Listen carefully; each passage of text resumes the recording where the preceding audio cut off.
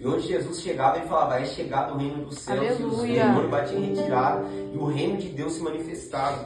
E nós vemos a unção sobre Sansão o habilitando para vencer o leão.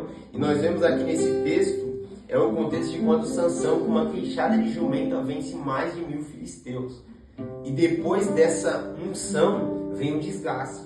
Depois dessa unção poderosa, né, porque a unção é Deus me capacitando para realizar algo sobrenatural que a minha capacidade humana não tem, habilidades para fazer, e a unção me habilita para fazer.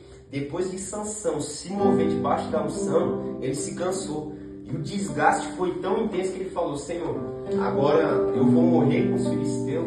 O Senhor me usou para libertar, o Senhor me usou para ser um instrumento de salvação para a nação de Israel, e agora eu não vou mais conseguir. E o que Sansão fez? Orou, foi clamando, e à medida que ele foi clamando, o texto diz que o Senhor, o próprio Deus, fendeu uma cavidade que estava nessa região e dela saiu água.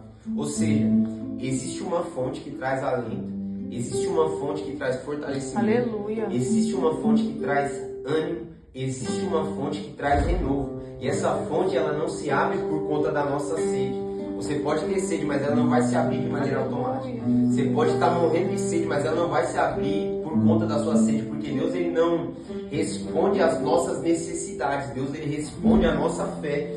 Ele responde o nosso clamor. E à medida que Sansão foi clamando ali, se derramando diante do Senhor, Deus abriu essa fonte. Quando Jesus estava conversando com a mulher samaritana, ele disse, mulher, eu tenho uma água para você.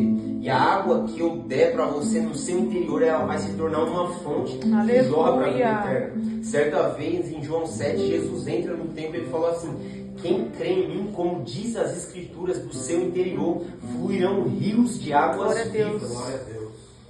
Isaías profetizou dizendo, derramarei água sobre o sedento e rios sobre a terra seca. Derramarei do meu espírito sobre a vossa posteridade. Jeremias profetizou dizendo, buscar-me-eis e me achareis quando me buscardes de todo o vosso coração. E eu serei achado por vós, eu me deixarei encontrar. Jesus também disse, pedi e dar-se-vos-á, buscar e encontrarei, bater-se-vos-á, porque aquele que pede recebe, o que busca encontra, e o que bate a porta se abre. Ou seja, é Deus dizendo aqui para nós, você está com sede? Eu vou liberar água, mas à medida que você clama, você está com sede, você está cansado, você operou debaixo da unção e agora você está com desgaste. A única forma de eu reanimar você é te encontrando no ambiente da oração. Não adianta a gente se colocar debaixo de um pé de zimbro e ficar lamentando, achando que Deus, ele está dizendo, não é tempo não, a caminhada ainda é longa, tem muita alma para ganhar, tem muita vida que precisa ouvir a minha voz através da sua voz. Glória, então não é tempo da gente ficar lamentando, mas é tempo da gente se fortalecer no Senhor, porque quando Sansão clamou, a fonte se abriu. É como quando João está lá no lugar do trono de Deus, Apocalipse 4 e 5, e ele vê aquele livro selado e ele começa a chorar, Senhor, quem é digno de abrir o livro, quem é digno de desatar o selo? E a Bíblia vai dizer que João chorava muitíssimo. João chorava muitíssimo. Mas de repente, um dos anciãos veio até a mim e ele me disse, João, não chores. Eis aí o leão da tribo de Judá, a raiz de Jessé. Ele venceu e ele é digno de desatar os livros. Ou seja, João, as suas orações em formas líquidas chegou diante do santuário e eu vim para trazer respostas. Porque as respostas, elas só vêm no ambiente da oração. Daniel 9, a Bíblia vai dizer que ele entendeu pela leitura dos livros que o ano do cativeiro era de 70 anos. Ou seja, ele estava debaixo de uma janela profética. Tinha se cumprido a profecia, ele estava debaixo de uma estação de cumprimento. Mas ninguém tinha se apropriado, mediante a fé e a oração, daquela janela que estava aberta. E Daniel entendeu e falou, o que eu vou fazer? Vou orar. Eu busquei ao Senhor com jejum, com oração, vesti de pano de saco e cinza. E à medida que ele foi se humilhando, a Bíblia vai dizer, enquanto eu confessava o meu pecado e o pecado do povo, Gabriel veio com a resposta. Ele disse, Daniel, você é muito amado, você é comentado no céu. Outra parte, Daniel, vai se aplicar 21 dias em oração intensa. E o anjo vai dizer, Daniel, desde o primeiro dia que você dispôs o seu coração a buscar as coisas questões do céu. Houve uma batalha no mundo espiritual. Aleluia. O céu já estava em movimento, você só não percebeu, mas já havia uma movimentação nas regiões celestiais entre principado e potestade. Então eu vim para trazer resposta. A Bíblia vai dizer sobre Isaías, sobre Isabel e Zacarias, que eram justos e irrepreensíveis diante do Senhor. Havia uma promessa desde os dias de Isaías e de Malaquias, que iria nascer alguém, que ele seria o precursor do Messias. E coube-lhe por sorte, a sorte cai sobre Zacarias. Aleluia. E a Bíblia diz que ele foi oferecer um incenso. E como que era a lei do incenso? Você tinha que balançar um incenso até você se perder.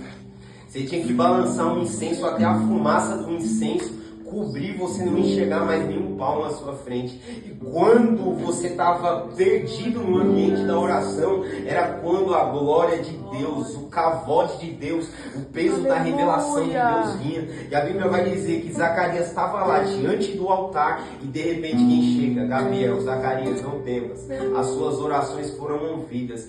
Isabel, sua mulher, ela vai gerar. E o que ela vai gerar é uma profecia que foi liberada há anos antigos. Glória a Deus. Aleluia. Oh, Espírito. Ou seja, é Deus falando para nós, tem profecias que foram liberadas desde a antiguidade, há tempos antigos. Eu só estou esperando Zacarias e Isabel se colocar na posição. Aleluia. Eu só estou esperando um Daniel entender que é tempo de cumprimento e se colocar no lugar da oração. Eu só estou esperando um Sansão se colocar no lugar da oração para a fonte se abrir. É como no Salmo 46, existe um rio que alegra a cidade de Deus. Deus está no meio dela e não será abalado. E quem é a cidade? Todos nós somos a cidade de Deus. E a Bíblia diz que o trono de Deus e do trono do Cordeiro flui um rio. E esse rio está direcionado ao nosso coração. Eu não sei você, mas eu quero beber desse rio. Glória a Deus. Eu vou clamar, vou continuar clamando, porque Ele é fiel. Ele é fiel. Amém, Jesus. Ele é fiel e eu sei que de repente vai acontecer. Para encerrar, algo que o Senhor falou muito comigo aqui não, né? Na realidade, alguns dias atrás foi sobre Davi. A gente vê que Davi ele era alguém que estava habilitado e Saul era alguém que estava desabilitado.